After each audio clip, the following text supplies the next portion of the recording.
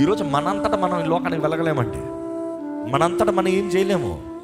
దేవుని ప్రేమని మనం కలిగి ఉంటే, ఆ ప్రేమను మనల్ని నింపితే, ఆ ప్రేమ మన మీద వచ్చినప్పుడు మనం ఇతరులకు చూపిస్తానికి అవకాశం ఉంటుంది. అందుకని ప్రేమను ఎప్పుడు రుచి చూడని వాడు ఎలా ప్రేమిస్తాడు? నిజంగా ఎప్పుడు సంతోషాన్ని అనుభవించిన వాడు సంతోషంగా ఎలా ఉంటాడు, ఇతరులకు సంతోషం ఎలా పంచుతాడు? ఈరోజు చాలామంది నిజంగా దేవుని ప్రేమను ఎప్పుడు ఎరగని వారు ఉన్నారు. లోక ప్రేమలు మాత్రం అనుభవించారు. అందుకని లోకంలో ఒక చిన్న ద్రోహం జరిగిన వెంటనే, అవమానం జరిగిన వెంటనే you feel depressed, you want suicide.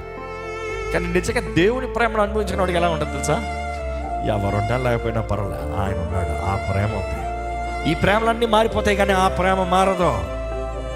You see everything just fades off, but then you see the love of God.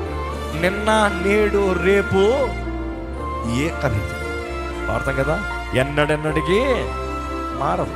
ఆ యేసు నిత్య ప్రేమ. ఆ ప్రేమ మారదు, ఆ ప్రేమ తరగదు, ఆ ప్రేమ అరగదు.